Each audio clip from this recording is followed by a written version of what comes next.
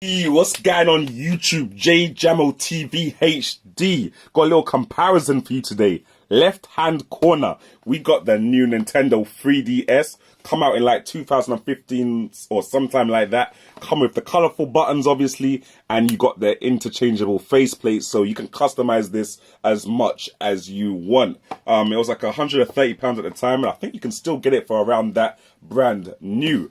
We got the Nintendo 2DS XL in the building as well on the right hand side. Come out in like July, or about 2 months ago. Obviously you got the XL screen there, and it's obviously an XL console, so it feels a lot better if you got bigger hands. It also retails for £130, but obviously gets rid of the 3D function. So when I saw it come out, I had to think to myself, why would they get rid of, the 3D function? That was the main selling point of their, their portable console. But then I thought to myself, really? When is the last time man has even used the 3D function on my 3DS? I'm not gonna lie, I use it, but it's like this. If I get a new game, I will put it in 3D and I'll see how the game looks, and I'll be like, oh, yeah, that looks nice. They really did well with the 3D there. But then I'll switch back to 2D. And the main reason is that, I don't know if anyone else has noticed, they probably have, you get a lot more smoother frames when you're in 2D mode than when you're in 3D mode. There's a lot more hang when you're in 3D mode. If you play Hyrule Warriors in 3D, you'll notice the slowdown in the game compared to when you play it on 2D. So I thought to myself, yo, Nintendo are onto something. They realize that their performance on most games is a lot worse when it's on 3D mode, and people are opting for 2D anyway. And yo, they're both the same price, so I thought I'd do a little comparison, show you Wagwan, what's different on them, what's the same, and basically should you upgrade in my perspective. So yeah, game carts and headphone jack and the stylus port and the power button, they're all still on the bottom of the console. Let me just show you that here, if we get into some focus.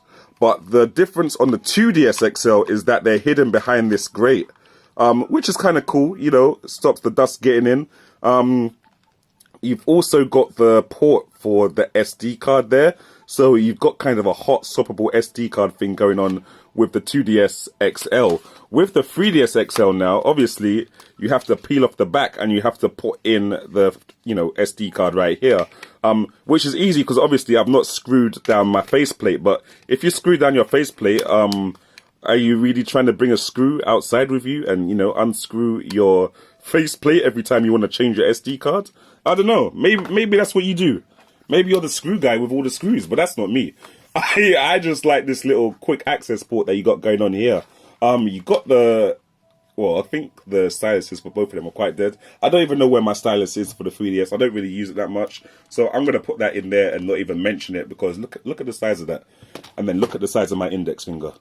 What is... okay, I'm going to put that back. I'm not going to say any more about that. But yeah, apart from that, all the necessary ports that you need and all the buttons are at the bottom. So you got your on button right there as well. Obviously, we haven't got no focus, so you're going to have to just pretend that you can see it. Let's put these both there so it can focus. There we go. And you got your on, charging, and Wi-Fi indicators. You got your two speakers at the bottom here of the 2DS, right here and right here. On the 3DS, you got them on the top screen. I don't know. I think they both sound quite all right. The 3DS, it looks like it makes more sense to have it here because the screen is facing you, rather than the 2DS having the speakers face down and the sound firing downwards. But altogether, I don't really hear that much sound difference between them, so that should be okay. Now on the back, obviously, you've got your LZ, L and RZ and R, and you got the same... Let me just flip these down. You got the same thing going on the 3DS and the 2DS XL. So all the buttons there are the same. You got your charging port at the top as well, and you got your IR port at the top as well. One design fail that they've made with the 2DS XL is that the camera is on the bottom of the console. Like, why would they put it? And obviously it's at the top on the 3DS. So naturally, when you hold the camera, You want to, okay, let me just get into the camera apps real quick.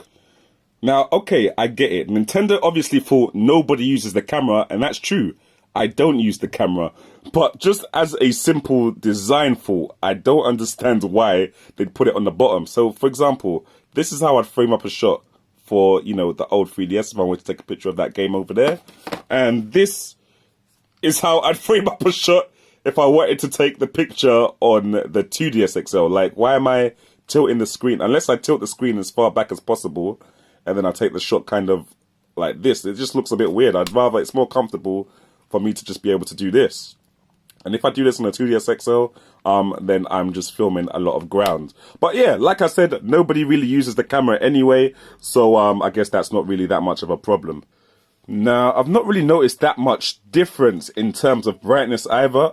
They're both set to maximum brightness basically, with auto brightness off and power mode off. You know, they're kind of the same brightness. Maybe the XL screen looks a bit brighter because it's bigger. I'm not too sure.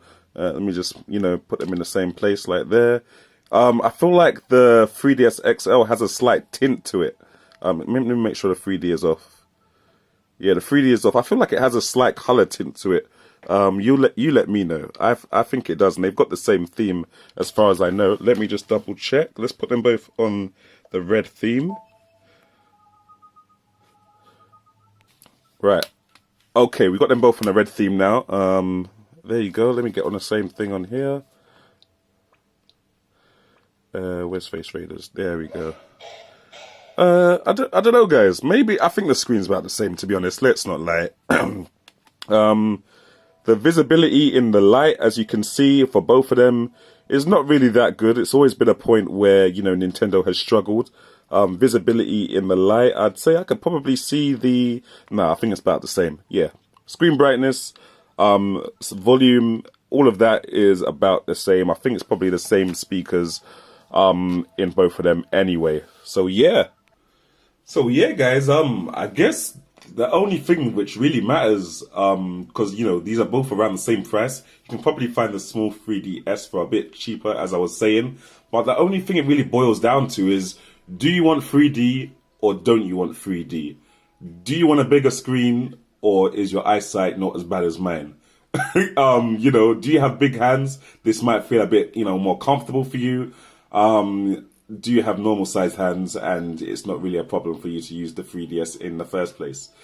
Because these are both the same price. So, you know, I don't know if it would make sense to upgrade unless you're in a situation like myself where you got big hands, you realize that you don't really use the 3D function, and you know, you've always wanted a bigger screen but not been able to afford the 3DS XL. So yeah, based on those three things, I'd say it's definitely worth the upgrade, especially because you can casually sell your old, you know, 3DS on eBay for quite a decent price and probably put about £30 or £40 on top to get the 2DS XL. But yeah, guys, that's it for now.